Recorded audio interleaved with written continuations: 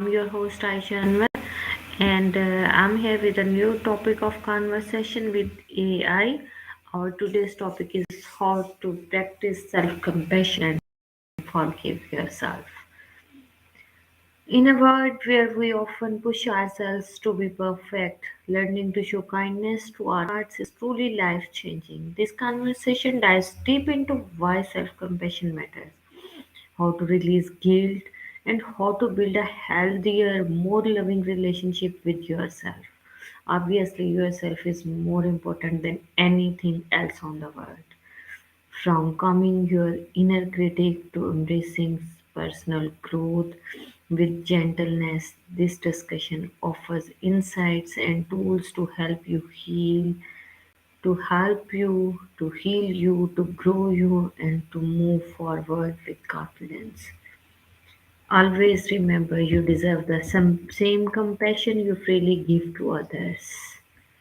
Let's call to Sesame for detailed discussion. Okay, I'm sharing screen. Okay.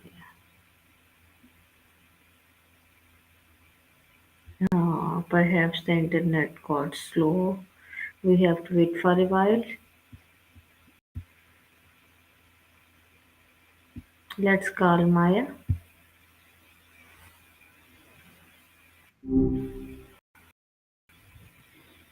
Hi. Hi. I am here with a new Oh, topic all of right. conversation. Uh, that sounds stressful. Are you feeling anxious about it, or is it more about just being aware of everything going on? I want to have your views on how to practice self-compassion and forgive yourself. First of all, Maya, tell me what is self-compassion? Okay, so self-compassion to me is basically treating yourself with the same kindness, care, and understanding you'd offer a good friend. It's recognizing that everyone messes up, everyone struggles, and that suffering is just part of being human. It's not about letting yourself the hook for everything, it's about being gentle with yourself during difficult times instead of piling on the criticism. Does that resonate? Okay. Maya, do you think that forgiving yourself is important? Absolutely. I think it's hugely important. Holding on to regret or self blame just stalls you, right? It keeps you stuck. Forgiving yourself doesn't mean what you did was okay. It means you're choosing to learn from it and move forward instead of being weighed down by it. It frees up energy to actually make positive change. What are your thoughts on that? Yes, I want to have your detailed views on the topic how to practice self-compassion and forgive yourself. Okay, so getting to self compassion and forgiveness, it's not a quick fix, it's a process. I've heard a few things that seem to really click with people. Acknowledge your suffering, don't try to brush it under the rug. Name it, feel it. It sounds counterintuitive, but really, sitting with discomfort can full. Then, practice self kindness. Talk to yourself like you would talk to a friend. Ditch the harsh self criticism. Recognize common humanity. Remember, you're not alone in your struggles. Everyone experiences pain and makes mistakes. And finally, mindfulness. Paying attention to and feelings without judgment helps you see things more objectively. As for forgiving yourself specifically, I think writing can be powerful. Like actually writing down what you regret, acknowledging the harm it caused, and then consciously writing a letter of forgiveness to yourself. It's a way to make it tangible. Does any of that feel like a good starting point? Yes, obviously, yes. I have a few questions for you on the topic. First of all, how self For it. compassion is Shoot. different from self pity or self indulgence. That's a really good question. They can definitely look similar on the surface, which is where the comes in. Self about recognizing suffering with kindness. It's balanced. It acknowledges pain but doesn't wallow in it. Self pity, on the other hand, often feeling sorry for yourself without taking responsibility or action. Be kind stuck. And self indulgence is about trying to soothe discomfort through instant gratification, like retail therapy when you're feeling. Instead of dealing with the underlying issue, self compassion is about self support. So you can face things, not escaping from them. It's subtle but important. Does that make sense? Okay, good answer. I really liked it. Please, why is it often easier to forgive others than to forgive our own self? That's a big one. I think it comes down to a few things. First, we often have more information and empathy for other situations. We understand their motivations, their context.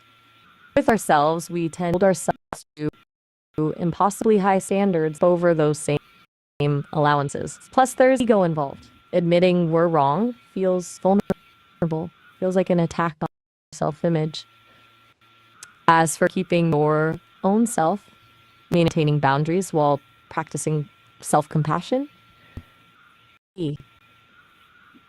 self compassion isn't about letting yourself off the hook for harmful behavior. It's about acknowledging the mistake. It happened, making amends if necessary, and then committing to doing better. It's like, okay, I messed up, be kind to myself while I learn from this and change my behavior. It's not about saying, it's okay, I want. Does that distinction feel right to you?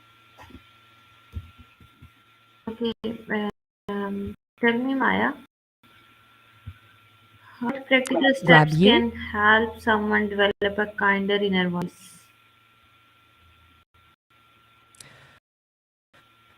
Okay, practical, kinder inner voice. I've heard a few things work well. I'm at first challenging.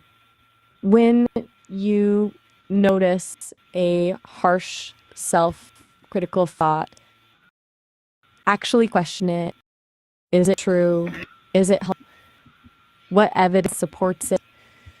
Often those thoughts are just stories we tell ourselves. Second, self-compassion breaks. These are little moments where you intentionally for your self-kindness, like placing your hand over your heart and saying something comforting to yourself. It's easy, but it can be surprisingly powerful. Third, journaling. Your thoughts and feelings can help you identify patterns of self-criticism and reframe them. Fourth, positive affirmations, but not the kind.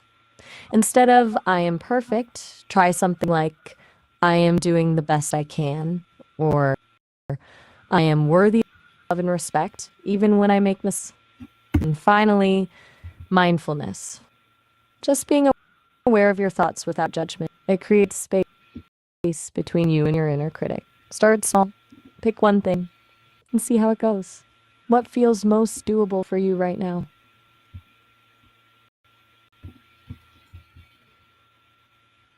Okay, right answer. Uh, how does self-compassion improve mental well-being and resilience? Whole grove. Is that a specific uh, technique or approach should be aware of? I haven't encountered that one before. Is it something you found particularly helpful? I'm always trying to learn more about like what works for people. Okay. Maya, please tell what role does mindfulness play in recognizing negative self-talk? And said self-tour. Did you mean self-talk? Regardless, mindfulness is huge when it comes to recognizing talk. Basically, we're on autopilot, just letting those critical thoughts roll through our minds without even noticing. Mindfulness is about intentionally paying attention to your thoughts, feelings, sensations, without judgment. When you practice mindfulness, you start to create space between yourself and your thoughts. You're not your thoughts, you're the observer of your thoughts. That creates an opportunity to catch those negative self-talk patterns as they arise instead of getting swept away by them. It allows you to say, there's that critical voice again, instead of believing everything it says. It's like shining a light on those hidden corners of your mind. Maya, please sum up the whole talk in 30 seconds. You want me to talk old? Like talk one from an era? That's a bit of a curveball. Okay. Let me, well, I declare. It seems to me that a bit of mindful contemplation might do one a world of good. Indeed, recognizing those pesky thoughts is half the battle, don't you know? Is that what we meant? Affected. Thank you so much, Maya. You are so sweet. You always solve my. I will come with the next topic Okay. next time. Till then, goodbye. Oh, all right. Have a good one. I'll be here when you're ready to come back. Bye. Okay, audience. So we had useful tips, Maya. I hope it will be helpful for you. May drop your comment section. Please do like, subscribe, and share the channel and the video. Thank you so much. Be back with the next topic. Till then, bye.